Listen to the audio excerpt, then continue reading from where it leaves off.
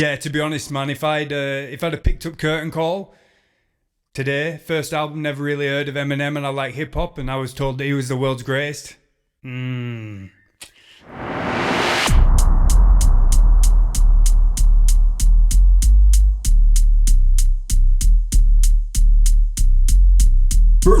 Narrow-minded.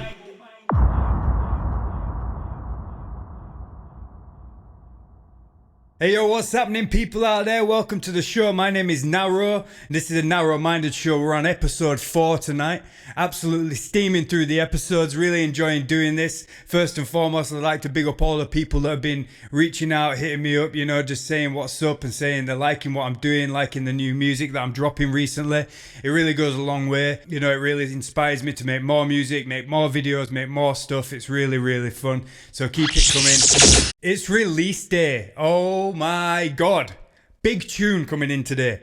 Would you believe it? Would you believe it? Another release day, another track, Ready for War. The video comes out today.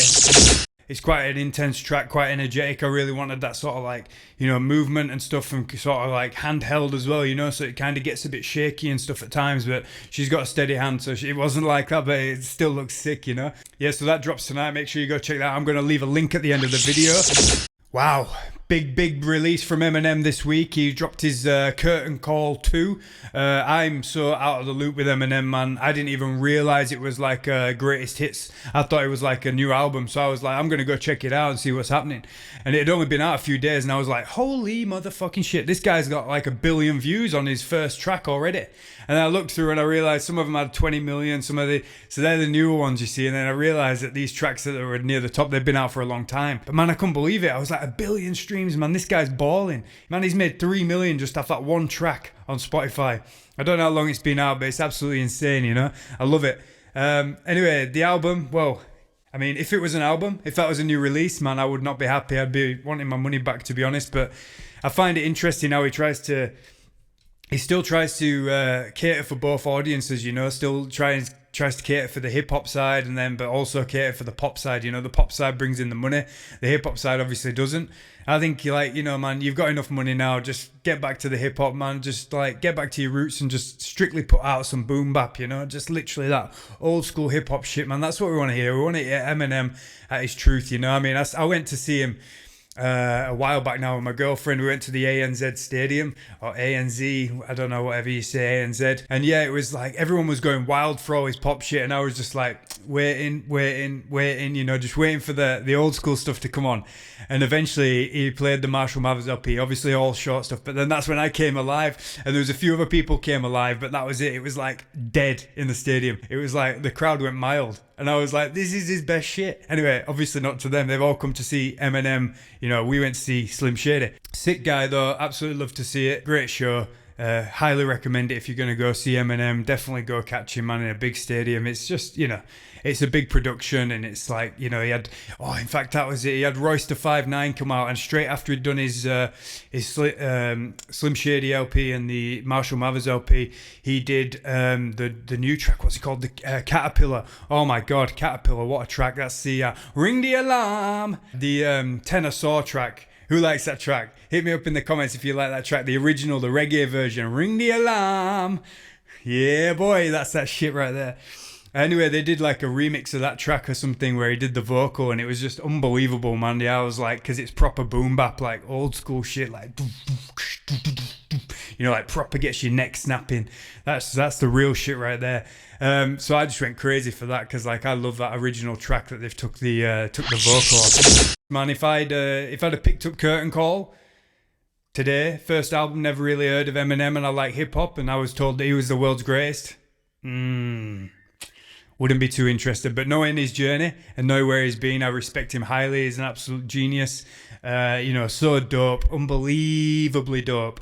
Lyrically, he's just untouchable, So yeah, I'd just like to give a big shout out to all the people who have been supporting me and giving me props recently about the stuff I've been doing. We're talking about Austin Gambles, Craig Chalice, big up to you for shouting me out and saying, you love this track that I've made, Utopia. You said you wanted to play it in one of your sets, maybe. If it was a dub, but I'm saying play the vocal, you know what I'm saying? Defo, big up you, bro, for producing a logo for me. He hasn't finished it yet, but he says he's sketching it. Can't wait, man. You'll see that all over the videos when it's done. Big up Tom, PHAT Tom. Big up Tom Stevenson. Told me a crazy story, man, about Jesus, Floyd Mayweather, and how he's working with him, or he was working with him, but like how the story developed was insane. I think I'm gonna have to get you on the show, man, and talk about that, because I'd like to do a little show about how things can be like serendipitous and stuff, and you know how it's like sometimes you do something and it seems negative at the time, and then like, you know, a few years later or whatever, something happens and you're like, boom, if that hadn't happened, then I wouldn't have had this good shit right here. And I've got many of them stories, and I always think like that now when negative things happen. Well, this is leading to a good thing, and that story is amazing. I'd love for you to tell people that, and I'd love it to be on my show. So yeah, I'll maybe get you on for that. Sick guy. Big up Mega Mouth, my man. He's supporting me and shit. Back in the day, man, we recorded that track. Whoo, England made me 10 years ago, he told me the other day. We recorded a video with Danny Matthews. Big up Danny Matthews. Damn, you can go see that, man. I'll put a link in the description. You can go see that. It was a video I did 10 years ago, man. I was a lot younger. Still as raucous though, you know what I'm saying? Actually more raucous, man. I'm still raw now, but I'm not as raucous. Jeez. So yeah, I got the new track out today, guys. Want you to go check that out. Ready for War. I've got a full feature-length video. I haven't done a video since, well, 10 years ago. I just told you that. 10 years ago, I haven't done a full feature-length video, so I did a full feature-length video, 3 minutes, action-packed, me in the studio, me out on the street, me just fucking having a good time, you know what I mean? And lots of cuts, lots of energy. I hope you like it. I'm really, really happy with the track. I really think it's got a lot of energy and lots of good vibes about it. What are the lyrics about? The lyrics, basically, the first line is like, I'm a warrior in a garden, and like I'm sat there ready for war, you know? Because I feel like we're living in a really pivotal time at the moment in the earth, on the planet. We're getting to a point where people have got to stand up for what they believe in, whether that's that thing or that thing, whichever way you want to go with it, it doesn't matter. But you got to stand up, you got to choose a side, unfortunately, because shit's gonna get real, man. These guys are pushing the pin, and you guys have got to be there. You've got to, you know, you've got to be ready for this, because we are truly in a war, and most people don't even realize it. You know, they're slowly taking away everything we've got.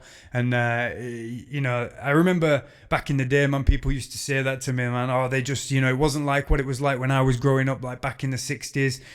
Like, we were so much freer. And like, I look back to the 90s and the 2000s and stuff, man, and shit, we were so much freer back then. It's like, it literally is happening to everybody. There's so much more control, top-down control.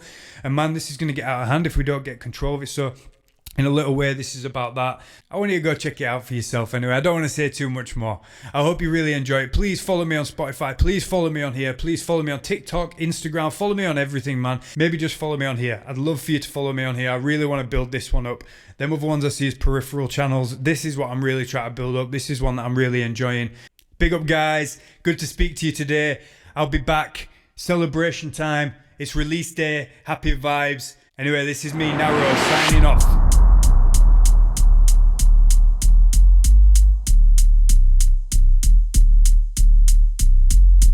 Right now, minded.